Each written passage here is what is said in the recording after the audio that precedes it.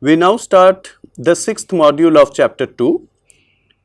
In module 5, we learnt about the existence of a basis for a finite dimensional vector space. After that, we proved the very useful replacement lemma, and we saw some important consequences. In this module, we would extend the argument and prove that every vector space has a basis, where we would drop the finite dimensionality assumption. We first proved this theorem, which relates dimension of a subspace and dimension of the parent vector space V. So, let V be a finite dimensional vector space over a field F and W a subspace of V. Then W is also finite dimensional and dimension of W is less than or equal to dimension of V. If dimension of W is equal to dimension of V, then V is equal to W. The proof of this theorem uses the results that we proved as consequences of the replacement lemma in the previous module. So, let us assume that dimension of V is n. If W happens to be the trivial subspace, that is singleton 0, then we are done, then there is nothing to prove. Let us assume that W is non-trivial. Then there exists a non-zero vector V1 in W, and the set singleton V1 is linearly independent. We can continue this process and find a linearly independent subset V1, V2, Vk of W. We know that since dimension of V is n and V1, V2, Vk is a linearly independent subset of W, which is of size k, therefore k can be at most n. Therefore, this process of choosing linearly independent elements from W has to stop after finitely many steps. That is, we must reach a state where we have a linearly independent subset of W, and if we try to increase that set, then we get elements which are linearly dependent on these elements. Then it has to be a generating set for W, because every other element of W would be linearly dependent on that set, and that produces a basis of W. Therefore, dimension of W can be at most dimension of V. If it so happens that dimension of W and dimension of V match, then a basis for W is a linearly independent subset of V with n vectors. Again, by a previous result, we know that if V is an n-dimensional vector space and if we have a linearly independent set of n vectors, then it must be a generating set for V and therefore a basis for V. This shows therefore W must be equal to V. We now see a corollary of this theorem we proved. If W is a subspace of a finite dimensional vector space V over F, then any basis for W can be extended to a basis for V.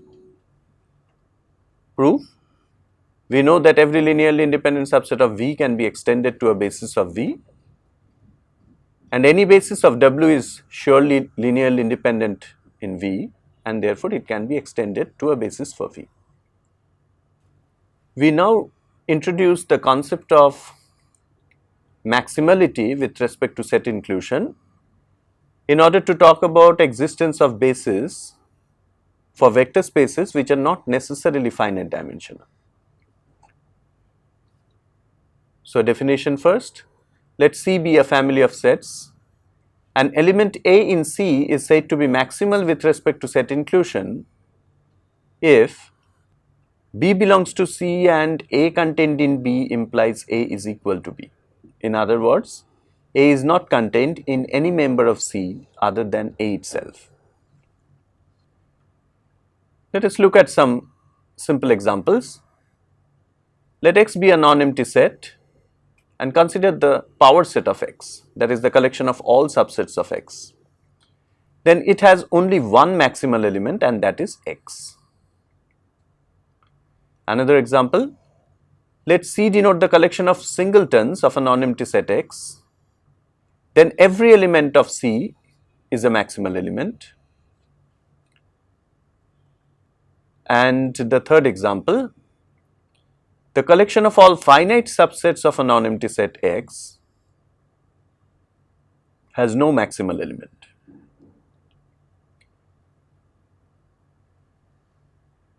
Let us now introduce the concept of a chain. So, we say that a collection of sets L is a chain if for every A, B in L, either A is contained in B or B is contained in A. In other words, with respect to set inclusion, every pair of elements are comparable. Let us see this example. Let C denote the power set of the set of natural numbers n, and consider L to be the collection of all finite sets 1 to n where n varies over the set of natural numbers. So, we can see that all the singletons like singleton 1, singleton 2, etc. are there in L, and also all the sets having two elements which are of the form 1, 2 and then having three elements, that is 1, 3 and so on, are there in the set L.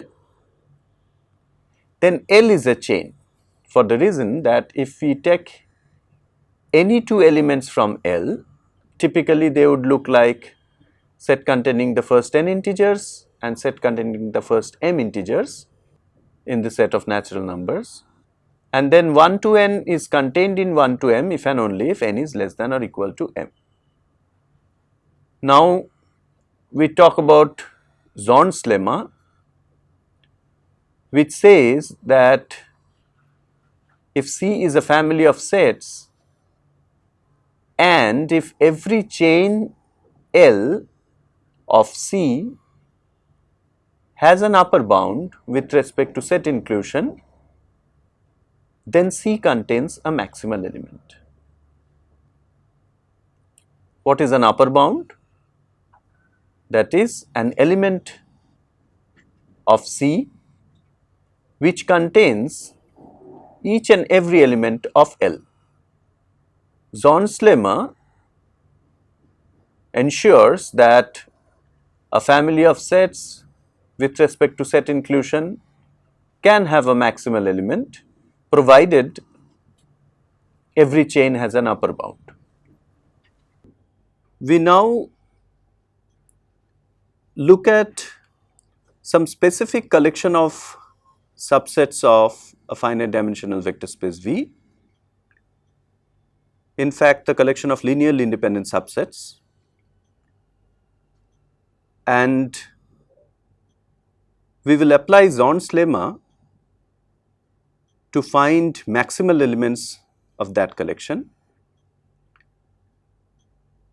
and then we will see that such sets, the maximal ones, do form basis for the vector space.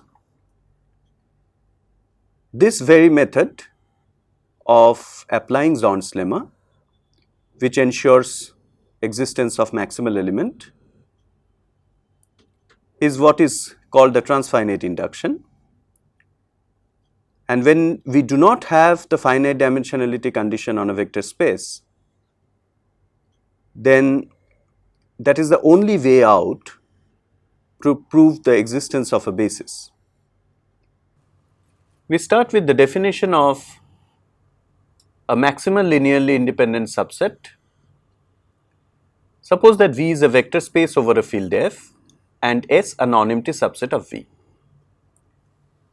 Let C denote the collection of all linearly independent subsets of V which are contained in S.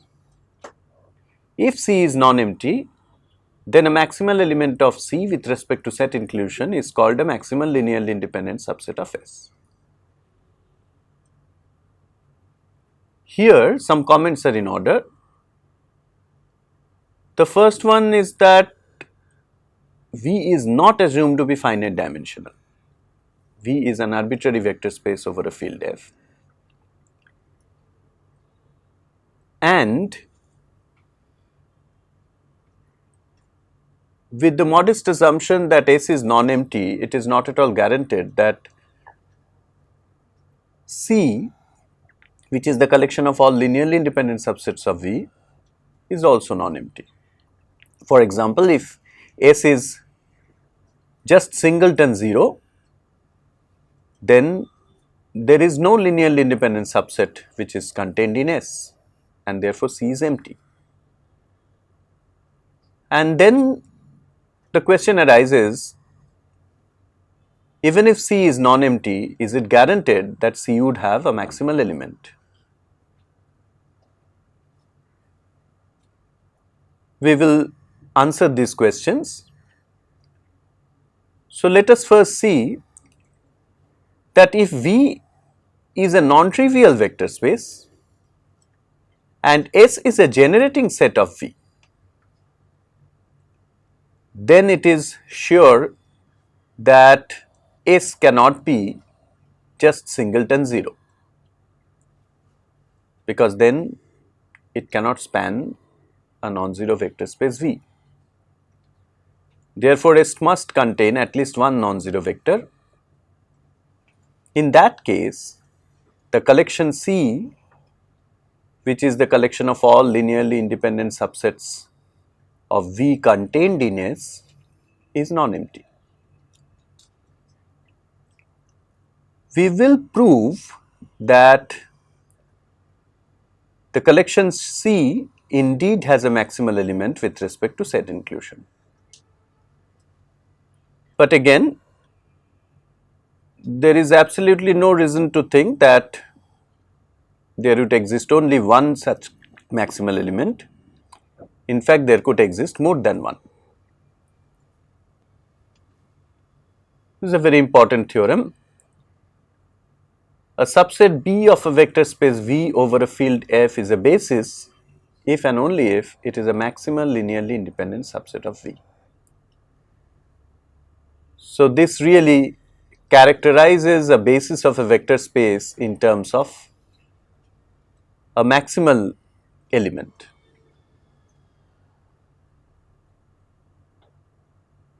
Let us prove this statement. Let B be a basis for a vector space V. We first prove that B is a maximal linearly independent subset of V. B being a basis is definitely a linearly independent set of V and also a spanning set of V. Therefore, B is linearly independent, and if we choose any vector V from the vector space V but which are not in the set B, then B union singleton V is definitely linearly dependent. Why? Because B spans the whole vector space V, therefore, that little vector V can be written as a linear combination of finitely many vectors in B. This proves that the set B is a maximal linearly independent subset of V. So, where is the maximality coming into the picture? Because even if we increase that set B by one element, then it is no longer linearly independent. Therefore, the set B is linearly independent, and loosely speaking, is the biggest possible in terms of set inclusion. Let us prove the converse now. Let B be a maximal linearly independent subset of S, and we prove that B is a basis for the vector space V. Therefore, the set B is a maximal linearly independent subset of V. Why do we call it maximal? Because B is linearly independent, and naively speaking, B is the biggest one possible in the language of set inclusion. Why? Because if we take any single vector small v which is in the vector space V but not in the set B, then we have seen that B union V is no longer linearly independent. Therefore, we cannot increase the set B maintaining its linear independence. Let us prove the converse now. Let B be a maximal linearly independent subset of V. We want to show that the set B is a basis of the vector space V. It is already linearly independent.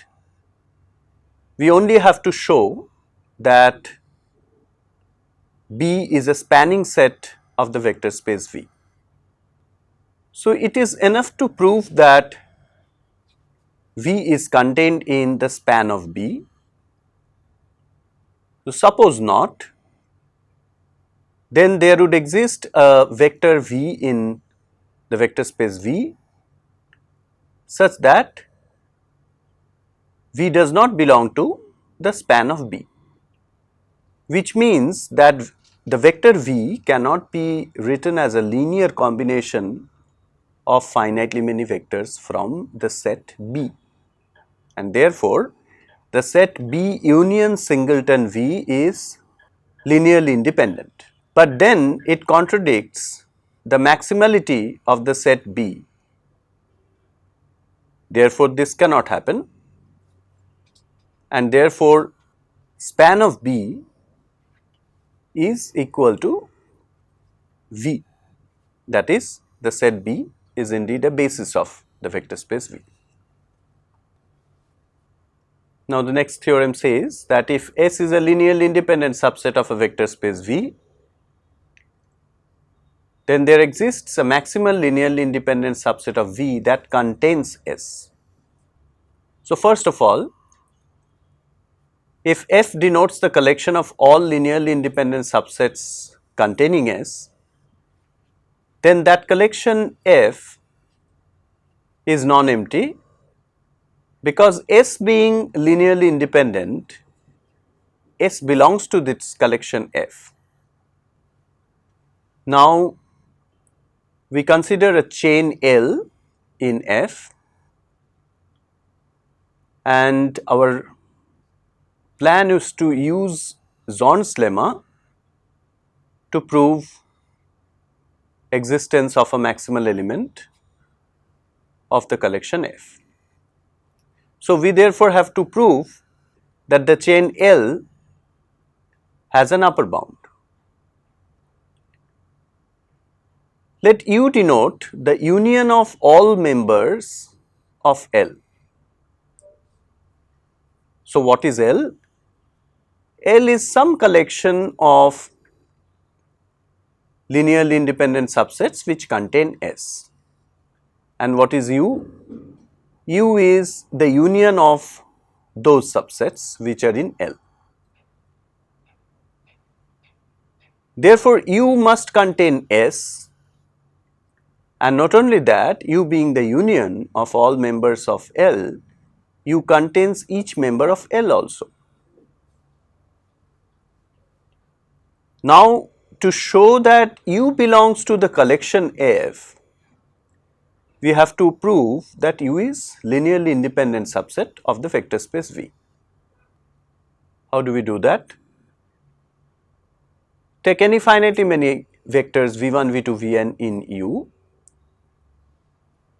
and scalars a1, a2, an from the field F, and suppose that the linear combination a1 v1 plus a2 v2 dot dot an vn is equal to 0. To show that v1, v2, vn are linearly independent, we have to prove that the scalars a1, a2, an are all 0.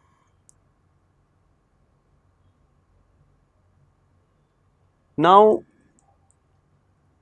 U being the union of all members in L, we can say that there exists some ai in L such that Vi belongs to ai, and L being a chain, any two members in L are comparable with respect to set inclusion. Therefore, among the finitely many a1, a2 and so on an elements of L, we can say that there exists an element ak in L such that ak contains ai for all I equal to 1 to n. The vectors Vi belong to ai and ak containing all the ai's, we can say that all the vectors Vi belong to ak. But ak is a member of L, therefore ak has to be linearly independent. This shows that the above linear combination of v1, v2, vn cannot be anything other than the trivial linear combination. That means all the scalars a1, a2, n must be 0, and therefore U is linearly independent. We have already seen that U contains S, and now we have proved that U is linearly independent. Therefore, U is an element in the collection F, and surely it is an upper bound of the chain L with respect to set inclusion. So, Zorn's lemma is applicable in this case, and it implies that F has a maximal element. It is a very important corollary. The corollary says that every non-trivial vector space has a basis. Well, since V is non-trivial, therefore there is at least one non-zero vector small v in the vector space V. If we take the set S to be singleton V, then S is definitely linearly independent. And by the previous theorem which we have proved just now, there exists a maximal linearly independent subset B which contains S. And we have already seen that maximal linearly independent subset of a vector space V is a basis for V. Therefore, V has a basis. So, we see that we need transfinite induction, in other words application of Zorn's lemma, to prove the existence of a basis for an arbitrary vector space or an infinite dimensional vector space V.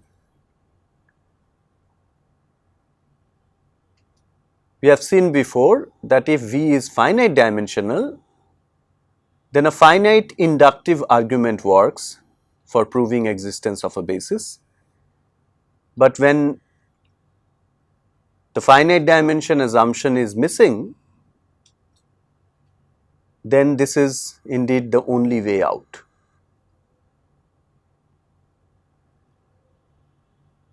And now comes the question that if we have a non-zero vector space V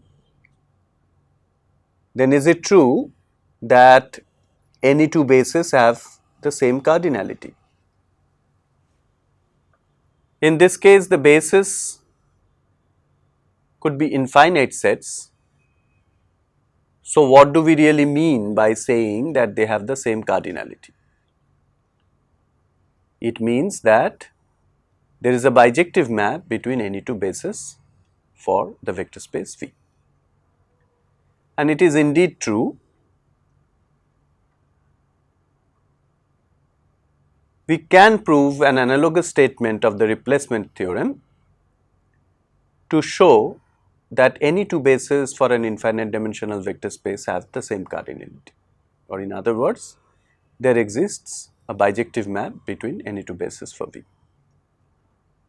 Therefore, cardinality of a basis is well defined, and that cardinal number is called the dimension of the vector space. We now conclude chapter 2. We have introduced the notion of linear independence, spanning set, basis for a vector space V. We have proved that every finite dimensional vector space has a basis.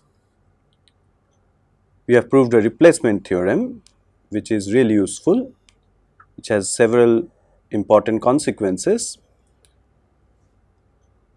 And finally, we have proved that every vector space, finite or infinite dimensional, has a basis, and that we could do using transfinite induction. Now we move on to maps between two vector spaces. We will start a new chapter and we will talk about linear transformations between vector spaces.